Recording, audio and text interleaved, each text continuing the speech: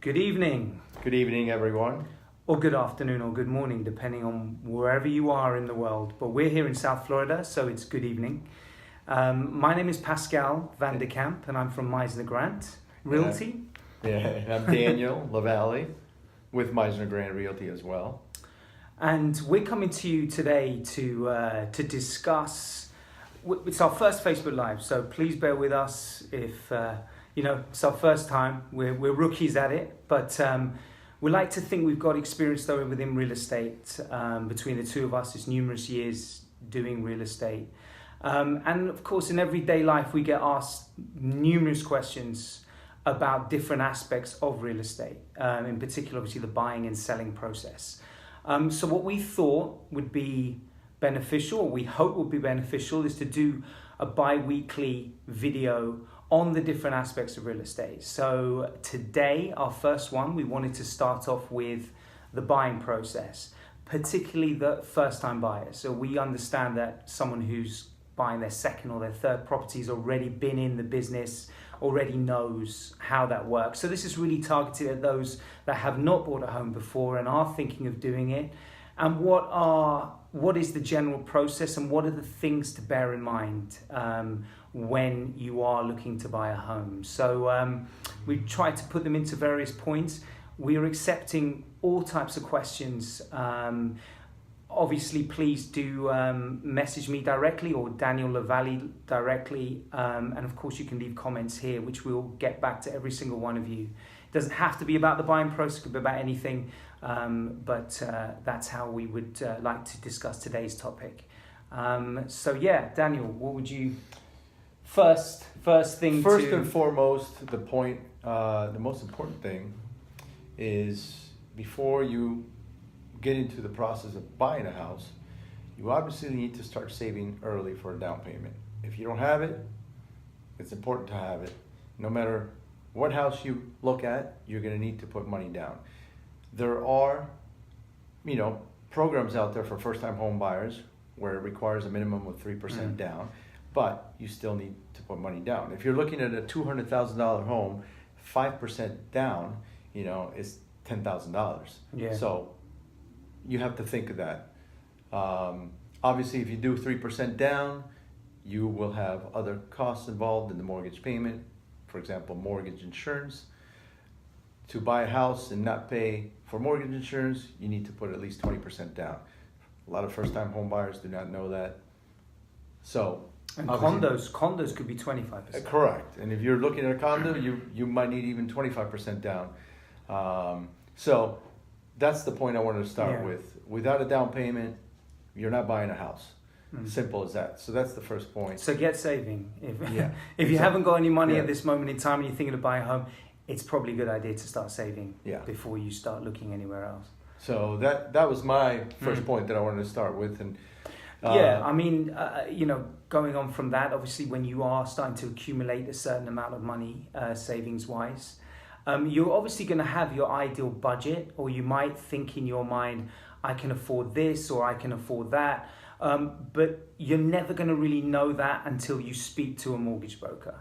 Now, it could be a lender directly, it could be anyone within the industry, but the important thing is to speak to someone in that field to get an idea of what your budget and what you can be pre-approved for.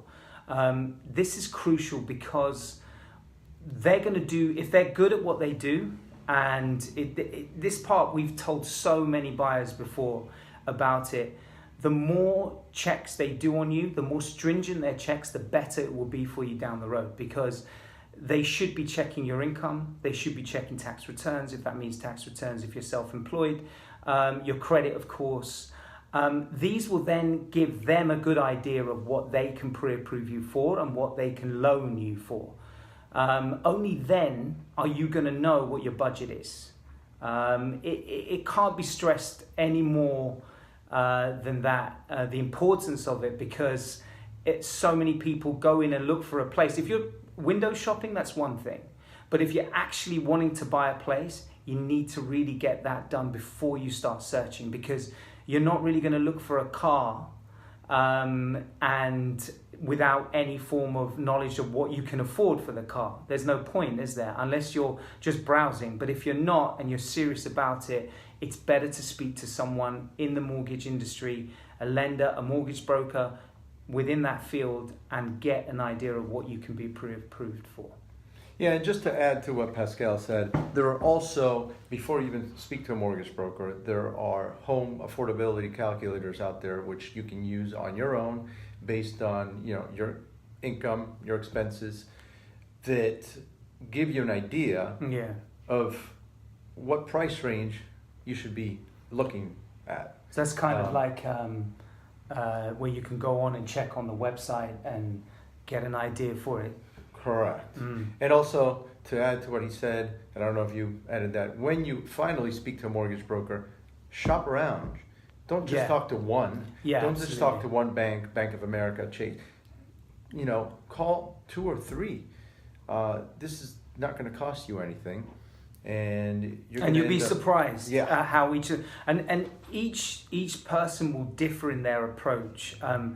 We always, we will have mortgage brokers that we've worked with in the past that we would recommend ourselves, and that's purely because of the way that they conduct themselves. Everyone has a different approach. We believe that the best approach is to do the most checks and look at as much as they can about the person applying, then leaving that later on down the road. Because if you get a surprise later on and you're in the middle of a process, it's a lot more of a bitter pill to take where a deal collapses than at the very beginning of it. So at least you know where you stand. It's better to know where you stand before you enter into something than when you're in the middle of it. Correct. And that's happened a few times with me. Where the checks were not profound enough. Yeah. And therefore, when we got into the process, because what you get is a pre-approval letter. A pre-approval letter is when you put an offer in here in South Florida, you have to accompany it with a pre-approval letter anyway. Absolutely. But there is sometimes which is a pre-qualifying letter, which means that they just checked your credit, a few checks here and there, but there's still a lot more checks to come. It's better you get most of the checks done at the pre-approval stage than later on down the road. That's all we're trying to say there. Correct. Now, to continue, once you've spoken to a mortgage broker and you've chosen somebody to go with, you obviously will need the right agent to help you with the rest of the process, help you find the property and everything else. So the right agent, obviously. Well, the right agent, I don't know who would be the right agent. Would you be the right agent? Would I be the right agent? Maybe I don't know. But we're not trying to promote ourselves on this one. We're just saying, though, that it is crucial. If you're looking for a property just yourself without an agent, that's your prerogative. And in fact, with clients that I've worked with before, I have said to them, it's no problem you looking on your own accord. I don't want to, it's not a thing about, we have to be the ones finding you the properties. I like to think that we can find it, but if you're looking on websites yourself to look at areas or anything, no problem. If you do use an agent, which we would encourage you to do, just make sure that agent is familiar with the area you're targeting. It's a very important point. We're in South Florida, but it doesn't mean that South Florida is a big place. Florida is a big place. But if we have one in Miami, I'm probably not going to know too much about Miami. Boca, Boynton, Delray, yes, but Miami, not so much. So if it's someone in Miami, it's far more beneficial for us to refer it to an agent that we know in Miami that knows the area. So it's important they know the area because that way they can guide you on what would work within your budget, what would be applicable, because there's certain areas where your budget might not work, and to manage the expectations as well. Correct. And to add to that, the right agent will also help you through the entire process of finding the home, making an offer, writing the contract, explain to you what the inspection contingency period involves, what the finance contingency period involves. There's a lot of, things involved in the contract and the buying process, whether it's an HOA or whether it's a condo association, which is very important as well. Absolutely. There are a lot of things and a lot of papers that are involved with the buying process. So the right agent will help you with all this. Not only that, but also the communication between the agent, the mortgage broker, the buyer, everybody else. The communication is key. That's very important. It'll make the process a lot smoother, a lot less of a headache. You know, buying a house is not easy. You know, buying a house is not easy. So you want to simplify the process. And the thing is, you know, what I learned coming from the UK is here it's extremely different to the way it works in Europe and the UK. The agent has such an important role here. It has an important role in the UK, but really it's quintessentially them listing a property, you going to look at it, and then helping put the offer across. And then it's handled by what we'd call in England the solicitors or the attorneys here. Unfortunately or fortunately, whichever way you look at it, here as an agent, there is a lot more involved because you are, as Danny says, the middle person. Yeah. You are the middle person. The familiarity of all of the aspects is crucial. I'm not going to know about law or I'm not going to know about legalities, but I can definitely point you to the right person for that. I'm not going to know about each and every mortgage, but I can point you to the right person for that. And then in the process, the agent is going to be that middle person to communicate with. So the agent is going to be crucial. And like Danny says, when you put an offer in, understanding the contract and the agent explaining to you all the intricacies of the contract is crucial because there's so many things within it that cover you as a buyer, that protect you as a buyer.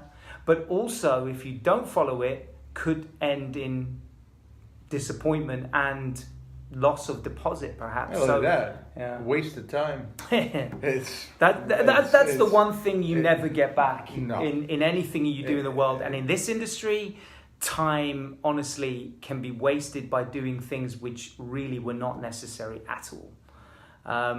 But, you know, when you put an offer in, I was going to say is because this comes back to the point about the knowledge of the area, and the buyer might see a listing. So let's see, there's a listing. It's happened many times. You see a listing, whatever. It looks like a great price. Theoretically, it looks like a great price. You've got financing for it. But do you know for certain that it's a good price? Because the only way you're going to know that is the comps in the area. And that's where the agent can help you, because there's no point putting an offer in without knowing what the market is dictating. Because first and foremost, you want to get value for money. And secondly, if you're financing the offer, you're going to have an appraisal. And if the appraisal comes out less than what your offer was, then you have a bit of a problem, because someone's going to have to make up that deficit, whether it being the seller reducing the price or whether the buyer makes it up out of their own money, or it's a no deal. So to avoid all of that, you need someone, an agent who's working with you to give you an idea of what is selling in the area at this moment in time. Because there's been many times. Yeah, I mean, a good agent will, you know, the whole point about this is doing the right steps to avoid wasting time and avoid frustration. You know, and the right agent will also get to know the buyer, the likes and what the wants of the buyer, and you know, and eliminate possibly, you know, some properties that might not work for the buyer right away without even having to go look at them. Hopefully all these steps will simplify the process, and that's why we wanted to present this from beginning to end, just to give you a general idea of things to do for first-time home buyers. Yeah, and it's all the important thing as well when you're going through the process is try not to take all the information in one go, because there's a lot of information, but it's all going to be in steps. You know, the step of getting pre-approval, the step of looking for a home, the step of picking the right agent, the step of putting an offer in, all of those add up to the whole process. So as long as the steps are being explained properly to you, as long as that you're just taking it in each step, the process will will be flawless. Well, practically flawless. There's always Sure, something that gets there's thrown always- up. Things come up. Things come up with inspections, Yeah. and without getting into too much detail, Yeah. you know, things always come up with inspections. Things do come up, but again, hopefully, we'll minimize all the frustrations, Absolutely. all you know, any crazy things that might come up. Yeah. Well, that's it. We just really wanted to introduce ourselves and just talk to you about the buying process, especially for first-time buyers, about the initial steps, the preparation of it, picking the right people as well. And we will be continuing this on a bi-weekly basis with different topics that we feel are very relevant. And please do, if there's any questions you want to ask, please comment below or send us a direct message. Absolutely. And if there's any topics you'd like us to raise, we'd be happy to do that. We like to hope that the 10 or 15 minutes that we're spending here is the best 10 minutes, 15 minutes of your lives. Hopefully, hopefully we provided some key, you know, information, helpful information. We hope to do that, and we do appreciate your time watching us, and hopefully the next time we can come with some more insightful knowledge that we can bring to the table for you. I agree. I appreciate your time. So have a lovely evening. Thank you Good very evening. much.